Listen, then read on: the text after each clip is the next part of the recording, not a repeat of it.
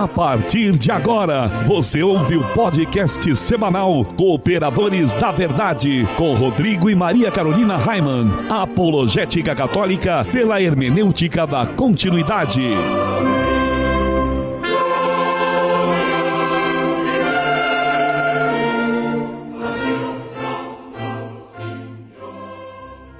Olá, amigo ouvinte, paz e bem, aqui quem vos fala é o professor Raimann. Estamos começando mais um podcast semanal Cooperadores da Verdade, apologética católica pela hermenêutica da continuidade. Aqui se fala a verdade, custe o que custar, doa a quem doer. Tudo bem, Carol? Tudo ótimo, graças a Deus. Raimann, salve Maria.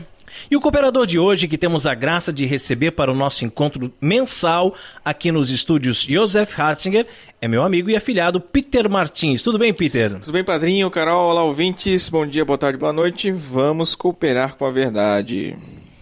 E em nosso momento de oração de hoje, além de todas as intenções que estão em nossos corações, queremos rezar por todas aquelas pessoas que nos ajudam com doações, os sócios do Clube do Ouvinte, os nossos parceiros das rádios que nos transmitem, os nossos patrocinadores, os nossos ouvintes e todos que acompanham o nosso site e nos seguem nas redes sociais.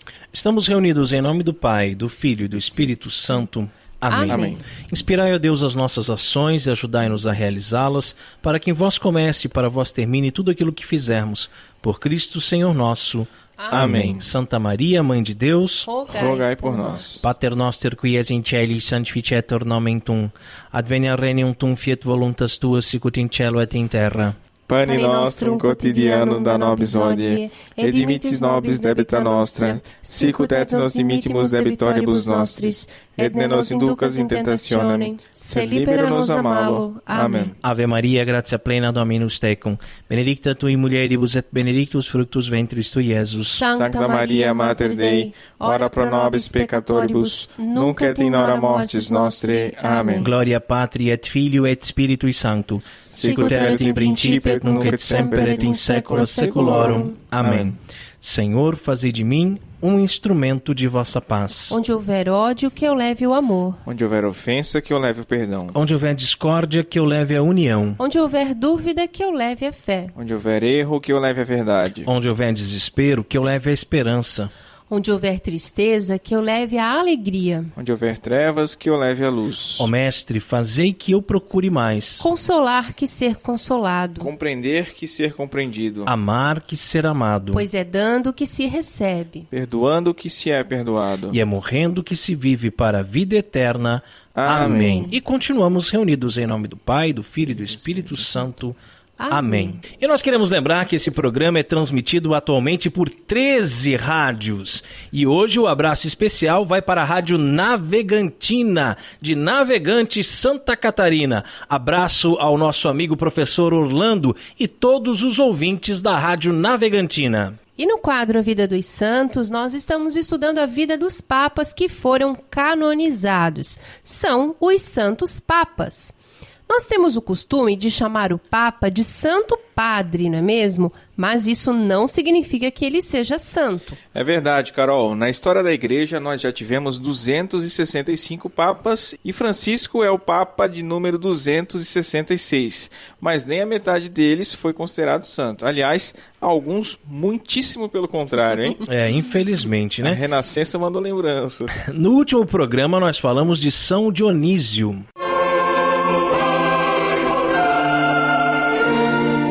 A vida dos santos. Peter, quem foi o Santo Papa escolhido para o programa de hoje? O Santo Papa de hoje, Carol, é São Félix I. Conta para o povo, então, Carol, um pouquinho sobre a vida de São Félix. Nascido em Roma, em data desconhecida, Félix viveu em meados do século III. Naquela ocasião, a perseguição aos católicos já não era tão intensa como nos 2 séculos anteriores, embora o Império Romano ainda não tivesse se convertido ao cristianismo e as opressões ainda existissem. Os dados sobre sua vida são tão desconhecidos quanto a data do seu nascimento. Sabe-se extremamente pouco sobre a sua vida antes do falecimento do Papa Dionísio, o qual ele sucedeu a partir de 5 de julho de 269. O Papa Félix I foi quem autorizou a celebração da missa sobre os túmulos dos mártires. Ele iniciou o sepultamento dos mártires sobre o altar para fugir da perseguição do imperador Adriano. Iniciou um longuíssimo hábito da Igreja Católica que, no entanto, não é mais praticado. Naquele século, a situação era mais branda para os católicos, porém, as perseguições e as dificuldades se acentuavam de acordo com a postura religiosa de cada imperador, pois a religião do império era o paganismo. Talvez a mais significativa medida do Papa Félix I em relação à própria Igreja tenha sido a intervenção na questão que envolvia Paulo de Samosata. Este bispo pregava uma heresia chamada monarquianismo dinamista, que professava Jesus como um mero homem, o qual, no momento do batismo, teria sido revestido de poder, dinamis, divino. Foi, portanto, um homem adotado por Deus como filho, com intensidade especial. O fundador desta corrente foi Teódoto de Bizâncio, excomungado pelo Papa São Vítor. O bispo herege, Paulo de Samosata, continuou a heresia de Teódoto. Pregava que Cristo era um mero homem no qual, como num templo, teria habitado o Logos, ou a sabedoria de Deus, que em escala menor habitava em Moisés e nos profetas. Um concílio regional reunido em Antioquia excomungou-o, mas os numerosos adeptos deste bispo continuaram a professar a sua doutrina, de modo que o concílio ecumênico de Nicéia teve de se ocupar com a escola dos paulanos. O Papa, que criou tradição de sepultar os mártires sob o altar de celebração das missas, também foi martirizado, como se acredita. Diz que a sua martirização teria resultado na morte no dia 30 de dezembro de 274. No entanto, após 5 anos de pontificado à frente da Igreja Católica, o Papa Félix foi sepultado na catacumba de São Calixto, na Via Ápia. São Félix I, rogai por nós. Encontre os Cooperadores da Verdade nas principais redes sociais: Twitter, Instagram, SoundCloud, Facebook e YouTube, como Os Cooperadores. E não se esqueça de também visitar o nosso site, cooperadoresdaverdade.com. Feller Contabilidade, do nosso amigo Diácono Vital. A Feller Contabilidade fica na Rua Aldílio Garcia, número 479. Nesta você pode confiar. Atendimento de segunda a sexta-feira, das 8 ao meio-dia e das 13h30 às 17h30. Telefone 3346-2333. fellercontabilidade@matrix.com.br. Em frente à Secretaria da Paróquia São Cristóvão de Itajaí, Santa Catarina. Feller Contabilidade, a sua empresa nas mãos certas. Se você também gostaria de anunciar a sua empresa no programa Cooperadores da Verdade, entre em contato conosco e ajude-nos a evangelizar.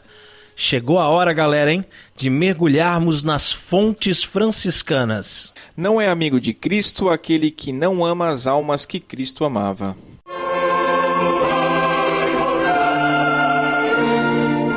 Fontes franciscanas. Francisco de Assis amava todas as criaturas, as plantas, o ar, o fogo, a água, o sol, a lua, as estrelas, os animais domésticos e selvagens, e isso agrada muito os ecologinoides panteístas, amigos de Leonardo Boff e Companhia Limitada. Ô, bandiburro! Bandiburro. Mas o que muita gente esquece ou finge esquecer é que, acima de tudo, Francisco amava a Deus e, por isso, respeitava todas as criaturas e as chamava de irmãs. Mas, entre todas as criaturas, a mais importante para Francisco sempre foi o homem. Pois, já que a força do amor tinha feito dele um irmão das outras criaturas, não nos admiraremos de que a caridade de Cristo tenha feito dele um irmão ainda maior daqueles que foram distinguidos pela semelhança com o Criador, ou seja, nós, os seres humanos. Por mais que nós sejamos cacos miseráveis, nós somos ainda a criatura mais importante do Criador e até acima dos anjos. Olha né? só. Os anjos, que são criaturas puras, espíritos puros, que não pecam, né? O homem ainda ele é mais importante para Deus, né? Que nos fez a sua imagem e semelhança. E aí a gente vê esses ecologinoides querendo usar a pessoa de São Francisco para justificar os seus erros, né? Os seus erros panteístas de adoração mesmo pela natureza, claro. de colocar a natureza na frente do homem, de dizer que o homem é um câncer para o planeta, é né? verdade. E falar tantas asneiras aí, como essas questões aí de aquecimento global e etc, etc. E também, pobre do Francisco de Assis, além de ser usado como um fantoche, né, ecologinoide, né, ele ainda é usado para representar o comunismo. Né? Olha só. Olha, mas Francisco de Assis era pelos pobres, né? Então a gente tem que ser assim como Francisco e tal. E aí faz essa confusão e que realmente gera problemas sérios na cabeça das pessoas, né? Porque você usa um santo que é um dos santos mais amados da Igreja Católica. Mais importantes, né? Também, né? Um grande reformador da Igreja, Exato, verdadeiro reformador, né? Vai e reconstrói a minha igreja que está em ruínas. E aí usam a figura dele para criar confusão na cabeça das pessoas, para achar que, então eu devo seguir aí Leonardo Boff, Frei Beto, né, as Sebes, o Lula, e essa turma toda, porque Francisco de Assis era assim também, né? Façamos o homem à nossa imagem e semelhança, disse o Senhor. Portanto, muito mais do que santo da ecologia, muito maior do que o seu amor pelos animaizinhos, estava a preocupação de São Francisco em salvar as almas. Então, Francisco queria salvar as almas e não os biomas. Né? Então, a gente percebe que alguma coisa está errada, né? Com a igreja. Eu ia dizer com a igreja no Brasil, mas não é só a igreja no Brasil, com a igreja no mundo. Tem alguma coisa errada quando a gente vê a esquerda se reunindo com o bispo de Londrina, né? Alguma coisa não está certa, gente, né? Com o antigo bispo nosso aqui de Blumenau, né? Dom Angélico também. Alguma coisa não está certa. Que vergonha, né? Que vergonha, gente, que vergonha. Para as pessoas que não são católicas, que olham esse tipo de coisa, mas isso é a Igreja Católica? Não, a Igreja Católica é salvar almas, né? Cuidamos da natureza, respeitamos a natureza, sim, claro, sem problema nenhum. Mas a nossa preocupação está com as almas. Isso era o que realmente importava para São Francisco de Assis. Ele dizia que não havia coisa mais importante que a salvação das almas. E o provava com frequência, ainda maior lembrando que o unigênito de Deus dignou-se ser crucificado pelas almas. E Dom Bosco também, né? Dizia, dai-me almas e ficai com o resto. Quer dizer, resto é resto. Não interessa, o resto é lixo. O resto, como dizia São Francisco, é estrume, né? É esterco. Quem é que se importa com o resto? A gente quer o que é mais importante, que é a salvação das almas. Então, às vezes, a pessoa que está nos ouvindo, você, querido ouvinte, que nos escuta através de uma das 13 rádios que nos retransmitem ou através do nosso podcast, pode pensar assim, qual é a bandeira que eles defendem, né? Porque eles falam contra o PT, eles falam contra a esquerda, eles falam contra isso, contra aquilo, mas tudo isso, gente, tudo isso é resto, é restolho, é lixo, né? O que nos interessa é a salvação das almas. Exatamente. Se a gente tira um tempo do nosso dia, da nossa vida, para se dedicar a escrever o script aqui do programa, a gravar, editar, colocar no ar, para chegar até a sua casa, é porque a gente quer que você vá para o céu. Né? Exatamente. É pro céu, não é essa terra, né? A nossa ideia, não é uma ideologia, a nossa ideia é transcendente, ela não é imanente, não é preocupação com as coisas que acontecem apenas aqui nesse mundo. Claro, queremos viver uma vida boa aqui, né? Mas a nossa preocupação é com as almas, o resto é resto. E Francisco, ele era um homem de oração, que sejamos também nós, homens e mulheres de oração, porque se nós queremos nos preocupar com o transcendente e não com o imanente, se o nosso objetivo é o céu, nós não ganharemos o céu sem rezar, gente. Não adianta, não vai vir assim de brinde o céu para você se você não reza. São importantes as obras, as boas obras que você faz, mas a sua vida de oração é muito importante. E São Francisco passava longas horas rezando. Que vergonha que eu tenho, Peter Martins, Maria Carolina, quando eu leio isso aqui. Francisco passava longas horas rezando. E às vezes eu rezo tão rapidinho porque tenho outras coisas para fazer e tenho tantas outras ocupações. Reza o ofício correndo ali para dar tempo de fazer tudo. Né? E daí tem dia que chega o final do dia, assim, já deu meia-noite e eu digo assim, não rezei o terço hoje. A correria foi tão grande, foram tantas coisas, tantas vãs preocupações. E assim, o mínimo do mínimo que a gente podia fazer, às vezes acaba escapando, a gente acaba não fazendo, né? E Francisco, ele tinha muitas vezes êxtases profundos nos seus momentos de oração.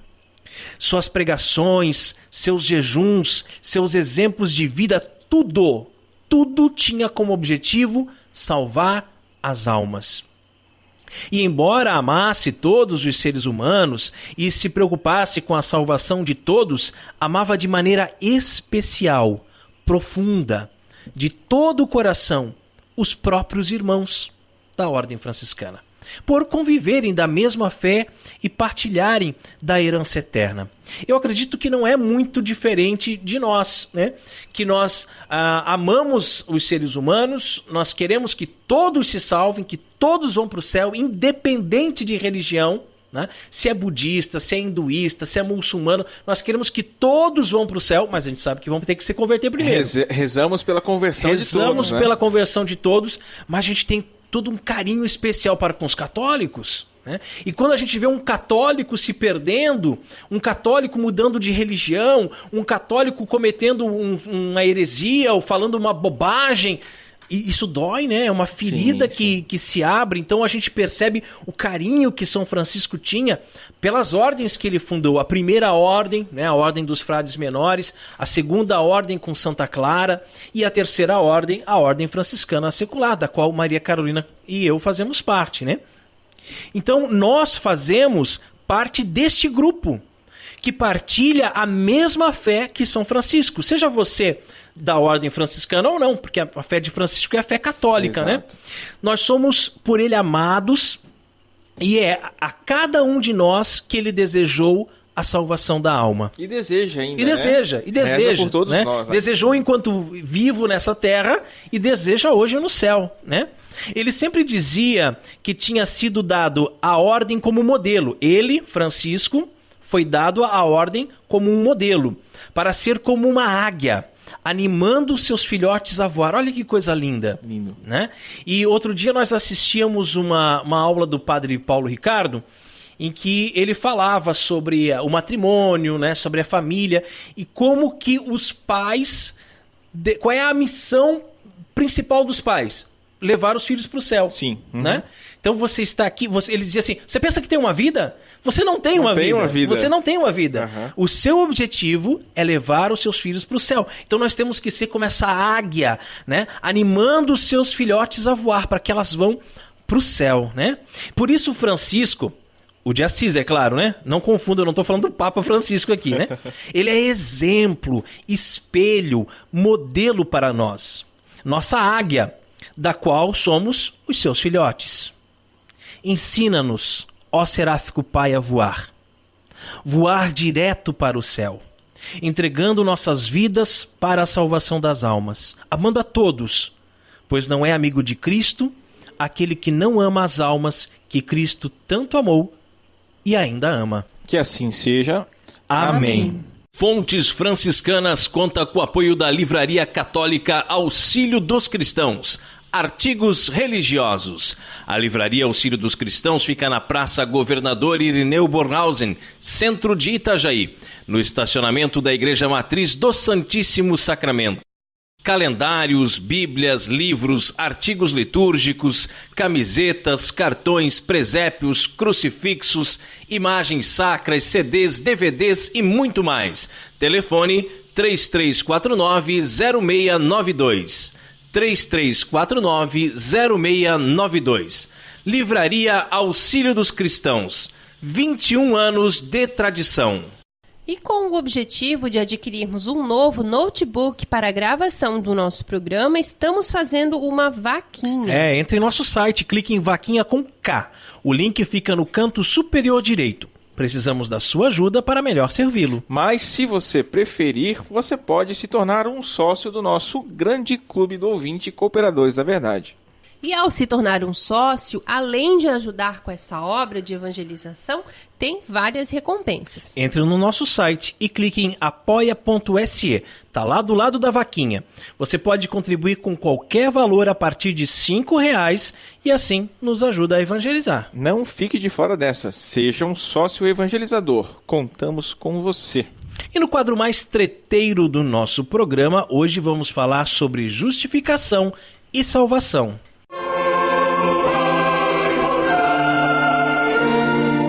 A hora da treta.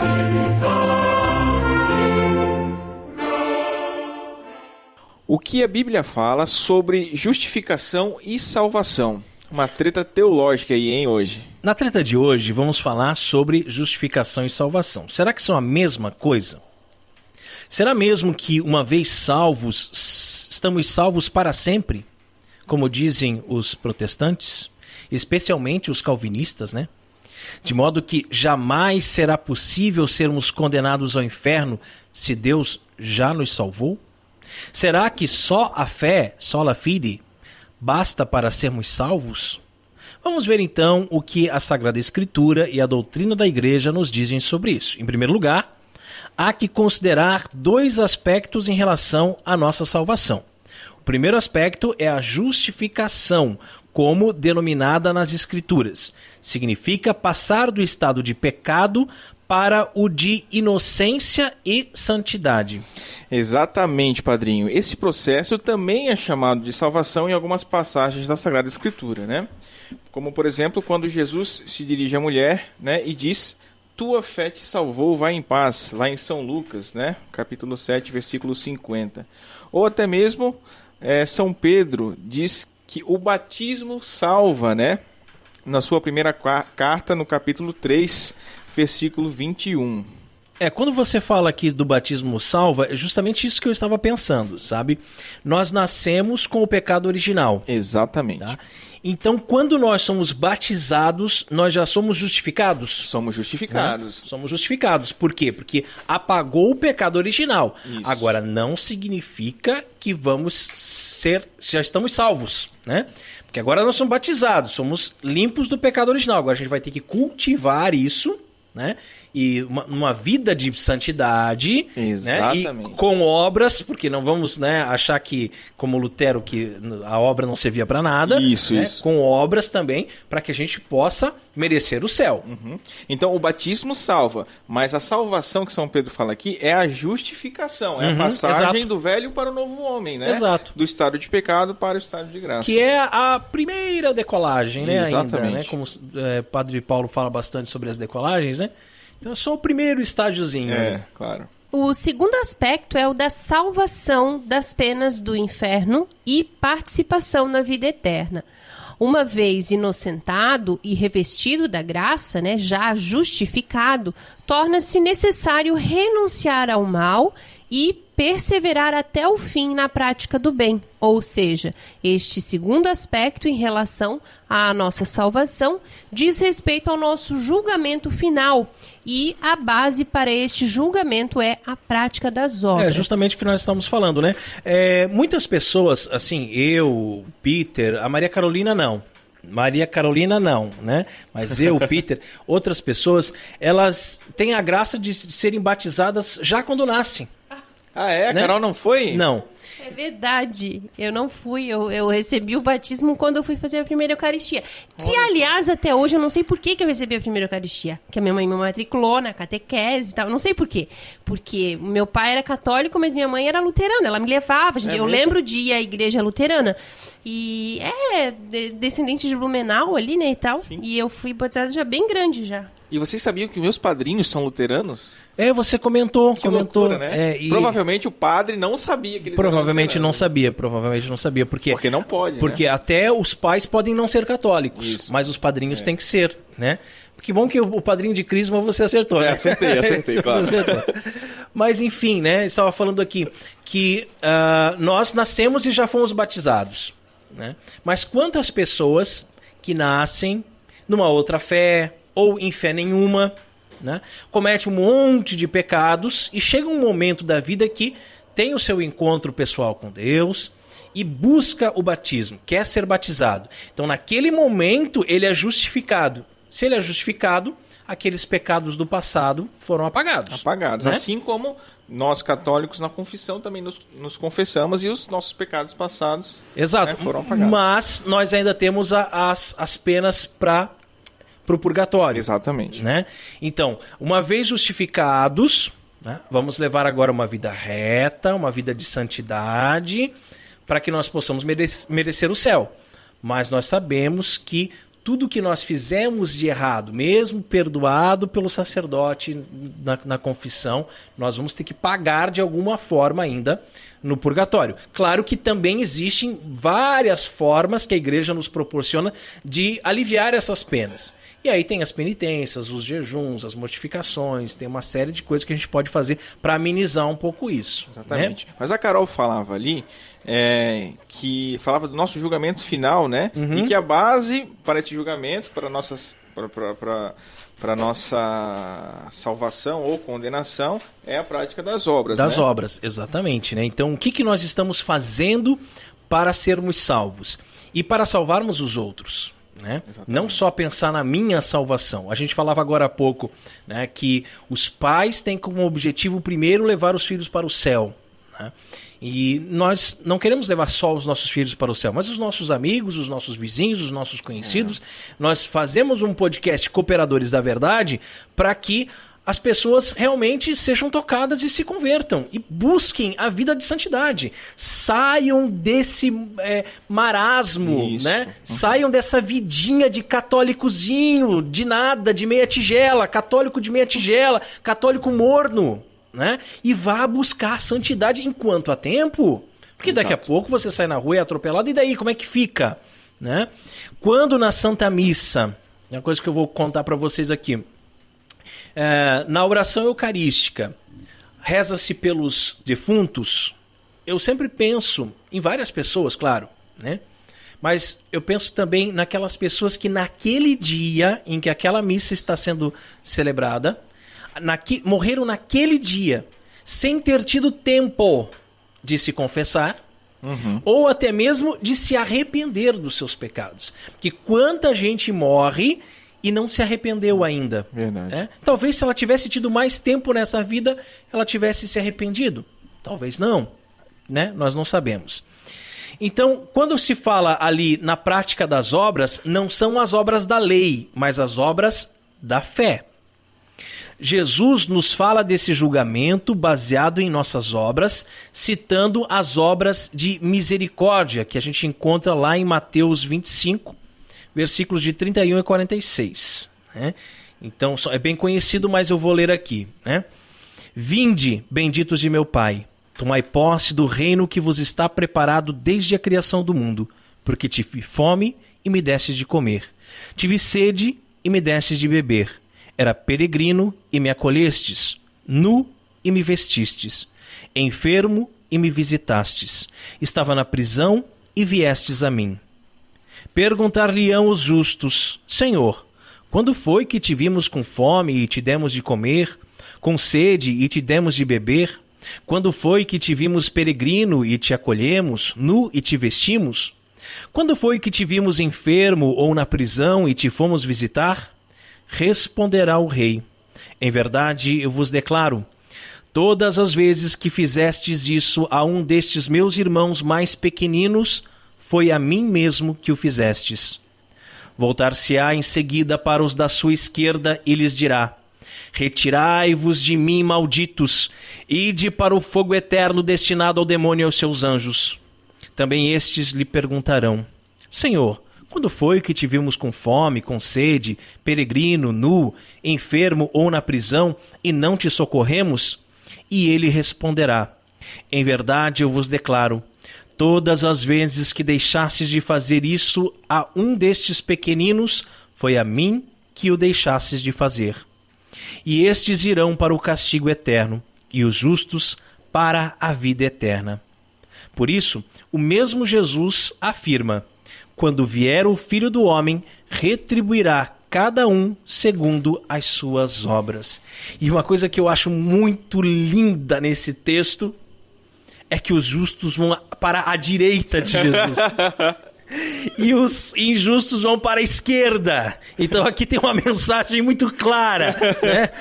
Da esquerda e da direita, né? O que representa para Deus isso, né, gente?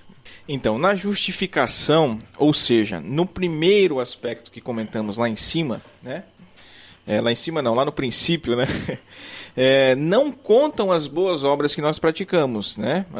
As boas obras antes do encontro com Cristo, né? Dom Estevão Bittencourt, em um dos seus textos, até cita Atos 17, 23, aquela passagem dos atenienses que adoravam ao Deus desconhecido, né? Sim, sim. Ora, o que vós adorais sem conhecer, eu vou anuncio, diz o apóstolo Paulo, né? Ele cita esse texto para defender que as boas obras antes do encontro com Cristo, embora sejam nulas diante de Deus, podem nos ser úteis para preparar a nossa alma para a conversão, né? Quer dizer, aquela pessoa que busca o bem, que busca a verdade com sinceridade, mesmo sem conhecer a Cristo, na oportunidade de ouvir a pregação do Evangelho, pode perceber que aquilo que buscava e praticava na sua vida se encerra em Cristo, né? Naquela pregação que acabara de ouvir, né? Mas todas essas obras feitas sobre o estado de pecado, elas são nulas diante de Deus, né? Nós somos justificados pela fé que nos é dada por Deus, pela graça merecida por nosso Senhor Jesus Cristo, conforme São Paulo nos ensina lá em Romanos 3, de 21 a 24. Porém, uma vez justificados, libertados do reino das trevas e levados para o reino do Filho bem-amado, é nossa obrigação obedecer à fé. E essa obediência se manifesta pela prática das boas obras. Pois aquele que souber fazer o bem e não faz, peca. Nos ensina lá São Tiago, no seu capítulo 4, versículo 17. É interessante que eu costumo citar um exemplo aqui para os meus alunos, né? Porque para criança, para adolescente, a gente tem que falar com uma linguagem bem simples, que é a questão assim, de um clube, de uma associação, né? Então, por exemplo, você resolve fazer parte de um clube. Então, tem as regras do clube. Antes de você fazer parte do clube, você não seguia essas regras. Agora que você faz parte, você tem que seguir. Você é obrigado a seguir essas regras. Meu filho, você não quer seguir as regras? Cai fora! Vai procurar outro clube.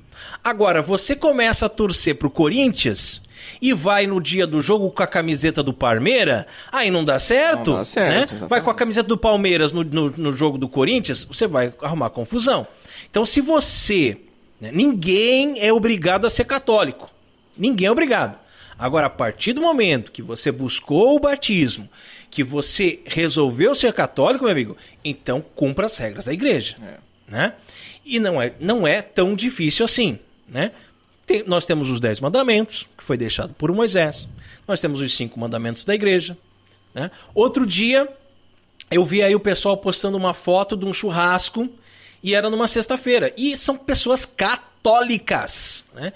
E aí eu comentava com a Maria Carolina, mas será possível que ainda não entrou na cabeça das pessoas que não comer carne nas sextas-feiras é um preceito e ele está dentro dos 5 mandamentos da igreja e, portanto, constitui-se um pecado grave, né? Se você não cumpre um dos 5 mandamentos da igreja, por exemplo, você não vai à missa por qualquer motivo, né? Você deixa de ajudar a igreja nas suas necessidades, né? Pode ser que você esteja passando por uma necessidade financeira, alguma coisa, não está mais contribuindo com o dízimo, mas na hora da coleta você sempre ajuda com um pouquinho, você não está deixando de cumprir o mandamento, né? Aí chega a sexta-feira, não, sexta é dia de churrasco. Gente, não é dia de churrasco. Muito pelo contrário, é dia de penitência. É dia de penitência. Aí a gente vê como o mundo se inverteu, né? Se inverteu. A pregação de Cristo, né? E aí a CNBB diz que você pode comutar por um outro alimento e não sei o quê. Gente, já se faz esse tipo de coisa porque sabe que a natureza do homem é propensa ao pecado, sabe que nós somos fracos, mas nós podemos ser mais do que isso. Nós não precisamos nos apoiar nessas bengalas, nessas muletas e dizer assim, não, mas a CNBB disse que eu posso comutar, então eu vou comutar. Não! A igreja diz que não se come carne na sexta-feira, então não coma, né? Faça esse pequeno sacrifício, né? E nesses momentos é que a gente é obrigado a dizer assim, querido, não leva em conta a CNBB, né? Não leva em conta, não dá para levar em conta, né? Leva em conta a igreja, né? Porque, afinal de contas, uma conferência episcopal, ela não tem essa autoridade de igreja, né? É uma reunião de bispos, é um clube dos bispos, né? Que decide algumas coisas, algumas realmente são importantes, mas outras têm uma irrelevância assim que, né? Enfim. A fé por si mesma não produz as boas obras, mas abre o caminho para as boas obras. Jesus compara este dom inicial, que é a fé, não merecido, com os talentos que o rico deu aos seus servos, né? Na volta, ele quis receber além do seu dinheiro os juros, embora não tivesse dito aos seus servos que deveriam fazer o seu dinheiro render. E puniu aquele que se limitou apenas a guardar o talento para si mesmo e devolvê-lo ao Senhor, conforme Mateus 25, versículos de 14 a 30. E aí a gente se pergunta às vezes, né? Como que eu vou fazer boas obras? Como que eu vou fazer o bem? Né? E Deus nos dá tantos talentos, né? Tantos. Por mais que você, que está me ouvindo agora, se pense um servo inútil, um ninguém, um nada, olha para dentro de si e veja quantos talentos Deus te deu, quantas coisas boas você sabe fazer. E se você pega todos esses talentos e usa somente para si mesmo, isso é egoísmo. Egoísmo. Os talentos que Deus te deu foi para colocar em prática a serviço dos irmãos e a serviço da igreja, com boas obras. Tantas coisas que a gente poderia fazer e não faz, aí voltamos lá em Tiago, né? Estamos pecando. Exatamente. Né? Estamos pecando por omissão. Né? Age assim, guardando os talentos para si, todos os que dizem que foram salvos mediante somente a fé em Cristo, mas se omitem em relação ao amor ao próximo. Pois é pelo amor que praticamos todos os mandamentos, principalmente os que se relacionam ao bem dos outros. A caridade não pratica o mal contra o próximo. Portanto, a caridade é o pleno cumprimento da lei, como está lá em Romanos 13:10. A caridade é a forma da fé, nos diz Santo Tomás de Aquino. São Paulo também diz em Romanos 2:6-10 que o julgamento se fará de acordo com as obras e que tanto os judeus como gregos serão julgados pelo que praticaram. Como sempre ensinou a igreja, a fé é a adesão do intelecto e da vontade a uma verdade revelada, né? No Evangelho, nós temos um exemplo claro de um ato de fé na pergunta de Jesus ao cego de nascença. Quem é ele, Senhor, para que eu creia? Disse-lhe Jesus, tu o vês? É o mesmo que fala contigo. Creio, Senhor, disse ele, e prostrando-se o adorou. Mas o crente pode se omitir ou mesmo deixar que esta fé não frutifique em obras, né? E dessa forma ela acabe morrendo, pois a fé sem obras é morta, já nos dizia São Tiago, no capítulo 2, versículo 17.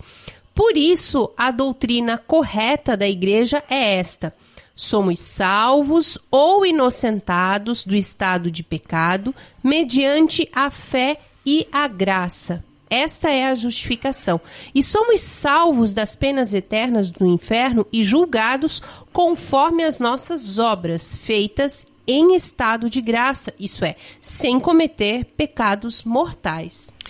Justamente. Então aí a gente começa a perceber, a coisa vai ficando mais clara. Exatamente. Né? Justificação, fomos inocentados daquele pecado que nós tínhamos antes de conhecer o Cristo, antes de recebermos o batismo. Né? Agora, os nossos irmãos protestantes, em especial os calvinistas, acham que isso vai ser suficiente para ir para o céu. Mas não é suficiente para ir para o céu. Eles entendem normalmente, né, a salvação e a justificação como um ato só. Um ato só, uma mesma coisa. Se Deus te salvou, meu querido, tu não pode mais perder a salvação, entendeu? Quer dizer, você até pratica boas obras e tal, como um reflexo da fé, digamos assim. A fé te move a fazer isso, o que não é de todo errado, entendeu? Mas eles não acreditam que as obras sejam base para esse julgamento, né? Conforme nós cremos. Né? Exatamente. E aí, a Carol bem dizia, né, que nós seremos salvos conforme as obras, claro, mas se não morrermos em pecado mortal. E o que acontece, né, quando se comete um pecado mortal? Perdemos a nossa justificação, o que nós podemos fazer? Né? Sim, nós perdemos a nossa justificação. Se por nossa culpa, nossa máxima culpa, negamos a Deus e cometemos um ato que nos leva à morte. Se desobedecemos os mandamentos de Deus, temos que nos arrepender, confessar nossos pecados e receber a absolvição do sacerdote. Assim nos tornamos novamente justos perante Deus, por meio desse magnífico sacramento que Cristo mesmo legou à sua igreja quando disse aos discípulos: aqueles a quem perdoares os pecados serão perdoados, aqueles a quem os retiverdes serão retidos. E veja, padrinho, o que São Pedro nos diz na sua segunda carta no capítulo 2. Olha só, né? Se aqueles que renunciaram às corrupções do mundo pelo conhecimento de Jesus Cristo, nosso Senhor e Salvador, aqueles que já são justificados, digamos assim, né? Sim. Se nelas, né, nas corrupções do mundo, se deixam de novo enredar e vencer, o seu último estado torna-se ainda pior que o primeiro. Pior. Né? O cão voltou ao seu vômito e a porca lavada volta a revolver-se no lamaçal. Veja quão grave é o pecado mortal, né? Depois de nós já termos conhecido a Cristo, já termos sido justificados por Ele. Né? Eu creio muito nisso, sabe? Eu acredito que uma pessoa que não conheceu o amor de Deus, não conheceu a fé da igreja, que caminhou por um mundo de pecados, de vícios, né? de uma série de coisas, e depois se arrependeu, aí recebeu o batismo, né? E confessou os seus pecados, comungou, está em estado de graça. Se voltar ao pecado, realmente vai ser muito pior do que antes, né? Porque agora conhece a verdade. E a verdade, o próprio Cristo disse: conhecereis a verdade e a verdade vos libertará. Então, a verdade já te libertou e você livremente quer voltar a ser escravo do pecado. Exatamente. Mas parece que há realmente passagens na Sagrada Escritura, que nos dão a entender que não é possível mesmo perder a salvação. Será que é verdade? Né? Sim. Vejamos um dos exemplos para não nos alongarmos. Eu lhes dou a vida eterna. Elas jamais hão de perecer e ninguém as roubará de minha mão. Aqui é Jesus falando das suas ovelhas. Exato, né? Exato. Tem que ficar subentendido aqui, né? Porque é só um trecho isolado. Mas aqui, nesse caso, ele não está falando da salvação enquanto a ovelha está aqui nessa terra, né? Porque se ele deu a vida eterna, essa vida eterna já é no céu, né? A gente tem que ver qual é o contexto aqui, né? Exatamente. Né? Porque eu lhes dou a vida eterna, tá? A partir do momento que você está na vida eterna, você não vai mais cair, não vai mais retroceder. Mas mesmo que Jesus tenha te justificado, ou seja, você aí já está apto a conseguir o céu, né? Certo. A Carol tem uma explicação para a gente sobre isso. Nesse caso de João, capítulo 10, versículo 28, que tem uma linguagem similar à carta de Romanos, né? capítulo 8, versículo 39, Jesus está nos dizendo que ninguém pode tirar a salvação de uma pessoa, mas ele não está dizendo que um indivíduo não pode recusar o dom gratuito da salvação oferecido por Deus, através de sua própria rejeição ou recusa a levar uma vida agradável a Deus. Eu acho que agora entendi. Entendeu? Em outras palavras, a salvação não pode mesmo ser arrancada por outrem, mas pode ser livremente rejeitada pelo próprio indivíduo, né? Deus não nos tira a liberdade de arbítrio. Então ele nos garante que ninguém poderá roubar a nossa salvação, a não ser eu mesmo. A não ser você mesmo. Porque o pecado é culpa sua. Exato. Né? Uhum. E não vem com essa história de querer colocar a culpa no capiroto, né? Porque é comum, né? E há ainda outras passagens que atestam as obras da salvação, como lá em Mateus capítulo 7, versículo 21. Nem todo aquele que me diz Senhor, Senhor entrará no reino dos céus, mas sim aquele que faz a vontade de meu Pai que está nos céus. Olha só. Temos certeza da salvação? Sim, nós temos, mas é uma certeza condicionada, né? Não é se somos salvos uma vez, somos salvos de uma vez por todas, né? Se nós cooperarmos com a graça, nós seremos salvos, com toda certeza. Por isso disse Santo Agostinho, Deus nos criou sem nós, né? Do nada Deus nos criou, mas não nos poderá salvar sem nós, né? Cada ação meritória para a vida eterna é efeito de duas causas que se unem. A ação da graça de Deus alcançada por Cristo na cruz e a livre cooperação do homem. A graça move essa cooperação sempre, né? Por isso São Paulo diz, assim, meus caríssimos, vós que sempre fostes obedientes, trabalhai na vossa salvação com temor e tremor, não só como quando eu estava entre vós, mas muito mais agora na minha ausência. Trabalhai na vossa salvação, né? E também diz aos coríntios, né? Mas pela graça de Deus sou o que sou, e a graça que ele me deu não tem sido inútil. Ao contrário, tenho trabalhado mais do que todos eles. Não eu, mas a graça de Deus que está comigo. Em 1 Coríntios, capítulo 15, versículo 10. O apóstolo Paulo fala aí da ação conjunta do livre-arbítrio e da graça, né? Tenho trabalhado mais do que todos eles. É o seu esforço pessoal, né? E não eu, isto é, não o eu sozinho, né? Com as minhas próprias forças, mas com a graça de Deus a me ajudar, que é a graça de Deus trabalhou comigo, né? Isso que ele quis nos dizer. É como nós vemos lá em Mateus 24:13. Entretanto, aquele que perseverar até o fim será salvo. Porque vem um momento em que se começará o julgamento pela casa de Deus. Ora, se ele começa por nós, qual será a sorte daqueles que são infiéis ao Evangelho de Deus? E se o justo se salva com dificuldade, que será do ímpio e do pecador? 1 Pedro 4, de 17 e 18. Abre aspas, anseio pelo conhecimento de Cristo e do poder da sua ressurreição, pela participação em seus sofrimentos, tornando-me semelhante a ele na morte, com a esperança de conseguir a ressurreição dentre os mortos. Não pretendo dizer que já alcancei esta meta e que cheguei à perfeição. Não, mas eu me empenho em conquistá-la, uma vez que também eu fui conquistado por Jesus Cristo. Fecha aspas. Isso em Filipenses, capítulo 3, versículos de 10 a 12. E São Tiago, lá no capítulo 2, versículo 24, também diz assim, vedes como o homem é justificado pelas obras e não somente pela fé? Ok. Vamos fazer um resumo, então, de tudo isso que a gente falou. Justificação é o processo de tornar um pecador justificado, ou feito justo diante de Deus. Acho que ficou claro, né, gente? Conforme definido lá no Concílio de Trento, né? Eu entendi. A justificação é a mudança da condição em que uma pessoa nasce como um filho do primeiro Adão, em um estado de graça e de adoção entre os filhos de Deus através do segundo Adão, Cristo Jesus, nosso Salvador. Ok, uma criança é justificada pelo batismo e pela fé de quem solicita ou confere o sacramento.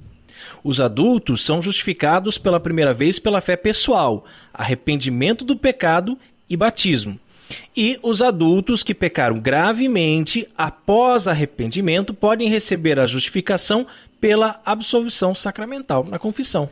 E salvação. A salvação das consequências eternas do pecado, né? O inferno.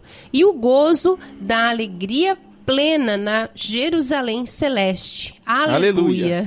Aleluia. E ainda tem a santificação, da qual falamos pouco hoje, né? Mas que está intimamente ligada a tudo que nós falamos. Verdade, Carol. A santificação é um processo ao longo da nossa vida, né, onde nós, já em estado de graça, crescemos na posse dessa mesma graça e na semelhança com o próprio Deus, né? E fielmente correspondemos com as suas inspirações. Lembrando que ninguém aqui é santo, mas nós buscamos a santidade. Claro. Diferentemente de muitas comunidades eclesiais evangélicas, que quando a pessoa se converte, digamos assim, já é santo, já está salvo, pronto, né? Eu era um bêbado, vivia drogado, hoje estou curado, encontrei Jesus. Né? E o crédito desse texto, que serviu de base para a nossa reflexão, vai para o meu querido afilhado Peter Martins, que dignou-se escrever a treta de hoje. Obrigado, Peter. Fiz um compilado aí de várias fontes e deu certo. E chegamos à hora mais esperada aqui do programa Cooperadores da Verdade. Os puritanos piram, hein? Depois de falar tanto, fiquei com sede.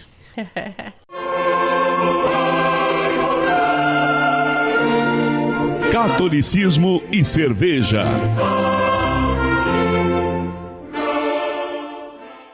E a cerveja de hoje é uma Catarina Sur, da cervejaria Blumenau.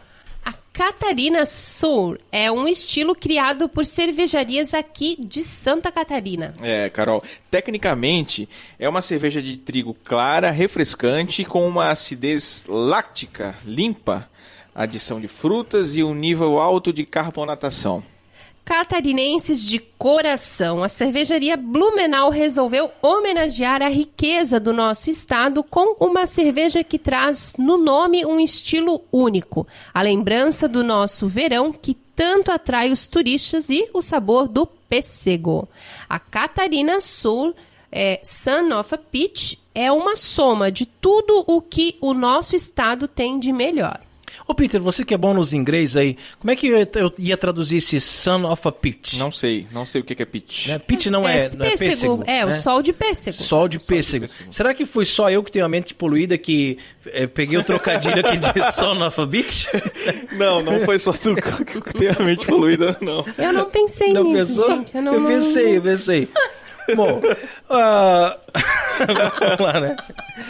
Então, a graduação alcoólica dela é de 4,1%, o amargor é 2 apenas, então bem levinha, né? Temperatura de serviço entre 4 e 7 graus. O copo ideal é um copo feito para ela mesmo, né? Que é o copo Catarina Sur. Olha só, curioso. Ela está disponível em garrafas de 500 ml e o estilo, como nós já falamos, é uma cerveja com pêssego. Ela está classificada como cervejas ácidas, né? Inclusive, eu nunca fiz uma cerveja ácida e eu acho que nunca vou fazer. Né? Acho que nunca vou fazer. Por quê? Porque você tem que ter um equipamento só para ela. Né? Mesmo? Porque se você fizer uma cerveja ácida, né, você não pode mais reutilizar o equipamento. Os baldes, as panelas ficam, entre aspas, contaminados, né, para você fazer a cerveja normal. Você vai ter que fazer só a cerveja ácida naquele equipamento. E como eu não tenho 2 kits de equipamentos, não vai dar. Sim. Uma cerveja levemente ácida e refrescante, um aroma com um perfume delicado de pêssego. Então, ingredientes: água, malte, suco de pêssego, lúpulo e levedura. Então, já não entra mais na lei da pureza alemã de 1516, né? A Reinheitsgebot. Ela não possui conservantes ou aditivos químicos. Harmonização com saladas, frutos do mar, queijo brie e petiscos. Ela foi premiada em 2016 com medalha de prata na competição de cervejas da Austrália. Oremos. Abençoai, Senhor, esta criatura cerveja, que da riqueza do grão vos dignastes produzir, para que seja remédio salutar ao gênero humano. Concedei ainda, pela invocação do vosso santo nome, que quem quer que dela beba, receba de vós a saúde do corpo e a tutela da alma. Por Cristo nosso Senhor. Amém. Vamos experimentar, gente? Vamos experimentar. O cheiro é bem ácido mesmo. É pêssego, mas bem ácido mesmo o cheiro. Você achou? Eu achei. Acho que o meu olfato não tá tão... Não é. E sabe aquela bebida? Na verdade, quando eu era mais jovem, eu via bastante. O Keep Cooler. Tem um cheiro de Keep Cooler isso. E era uma bebida mista, assim, tinha vinho, eu tomei e suco. Poucas vezes na minha vida um Keep Cooler, mas eu tomava um vinho aqui da região Voluís, que era um vinho com pêssego, né? E ele lembra não só o cheiro como o gosto também. Porque o Keep Cooler, ele tem a base de vinho branco. E daí se adiciona a fruta, né? Tem de morango, tem de outros, tem de pêssego. A gente viu aqui que foi adicionado Mas é uma bebida o suco do pêssego na cerveja, né? Então eu não sei nem se... Porque o estilo é um estilo próprio, mas às vezes a gente vê... Quando a adição, assim, que é considerado bebida mista, né? Nem é considerado cerveja mesmo, bebida como mista. Como aquela... Tem aquela... Como é que é?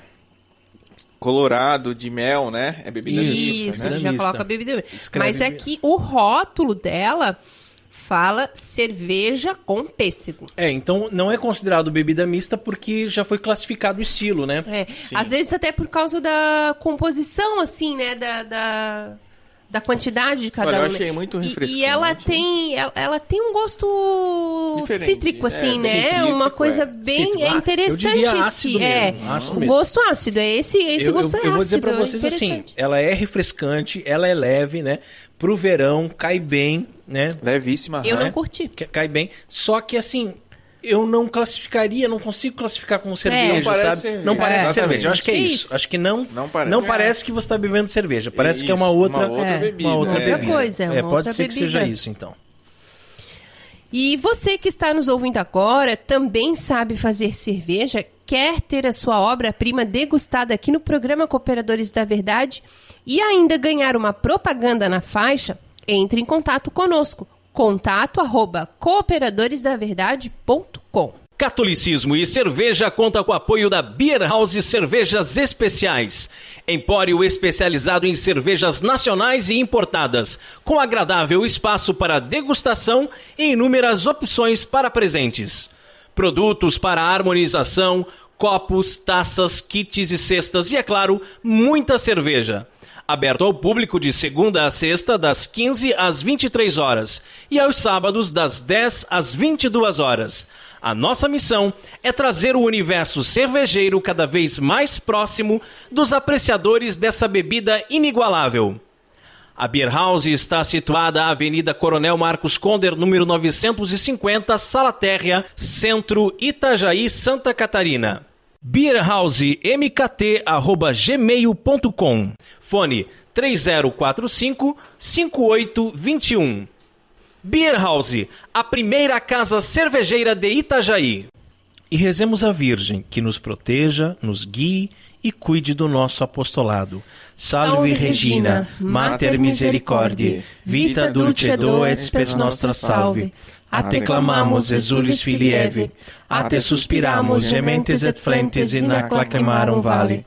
Ea ergo advocata nostra, illos tuos misericordis oculos a nos converte, et Iesum benedictum fructum ventris tui, nobis pos hoc exilium ostendem, o clemens, o pia, o dulce Virgo Maria.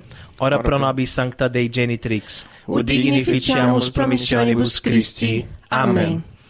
Subtum presidium confundimus sancta Dei genitrix, nostras deprecationes ne despicias in necessitatibus nostris, sed a periculis cunctis libera nos semper, Virgo gloriosa et benedicta. Amém. E chegamos ao fim de mais um programa Cooperadores da Verdade. Venha você também ser um cooperador. Colabore com esse apostolado, fazendo a sua doação para que possamos adquirir equipamentos melhores e manter esse programa no ar. Contamos com a sua generosidade e também com a sua oração. Muito obrigado a você que nos acompanhou nesse podcast. Ajude a divulgar, compartilhando nas redes sociais. Muito obrigado, Padrinho, Carol, a todos os ouvintes. Salve Maria. Obrigada, Peter. A gente que agradece sua participação mais uma vez, né? Principalmente por ter escrito o texto, né? Trazendo, né, esse texto tão bacana, da treta. E um grande abraço aos nossos amigos, nossos irmãos. Obrigada, meu marido. Salve Maria. Obrigado, Peter. Obrigado, Carol. Queria convidar também os nossos ouvintes a sempre ficarem ligados na nossa página no Facebook, facebook.com/Os Cooperadores, que sempre tem novenas em áudio, né? Então fiquem ligados também nas nossas novenas. Deus abençoe a todos, paz e bem.